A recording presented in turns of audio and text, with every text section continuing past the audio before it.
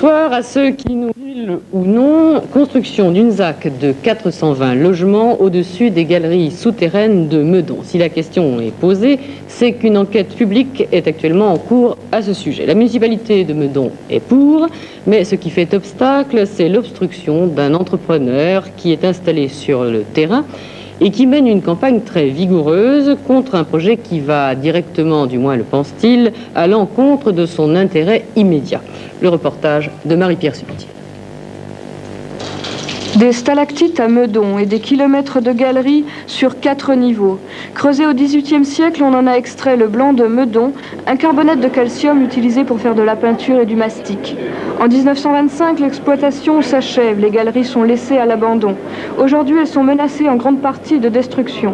Pour en avertir la population, Élie Gosset, dont l'entreprise est située en surface, organise des visites. Il a déjà rallié à sa cause certains Meudonnais. Donc nous allons, je vous l'ai dit tout à l'heure. J'ai visité ces carrières, j'ai trouvé fabuleux.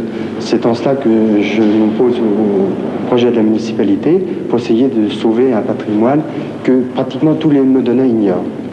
Ce qui menace ce patrimoine, la construction d'une ZAC, zone d'aménagement concerté, comprenant 420 logements sur les 5 hectares en surface. Ce qui, évidemment, n'arrange pas tous les entrepreneurs installés sur le terrain.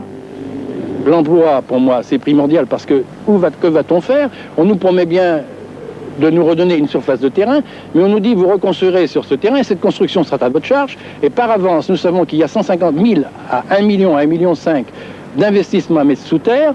Pour faire les fondations, j'ai bien de l'argent pour acheter des camions, mais je n'ai pas un centime pour mettre dans un gouffre sous terre. Il est impossible à l'entreprise de se redéployer et ça amène la destruction d'outils de travail, d'outils de production. Seuls 2 des propriétaires installés au pied du musée Rodin sur le terrain en question n'ont pas donné leur accord au projet de ZAC. Actuellement, une enquête d'utilité publique est en cours. Henri Wolf, maire de Meudon, ne veut pas donner son avis aussi longtemps que cette enquête n'est pas terminée. Selon lui, ce terrain est le dernier d'importance sur lequel on peut construire et le projet municipal permettrait de tripler les emplois à cet endroit. Et si vous voulez d'aventure visiter ces galeries souterraines, vous pouvez encore le faire jusqu'à demain dans le cadre de cette fameuse enquête d'utilité publique.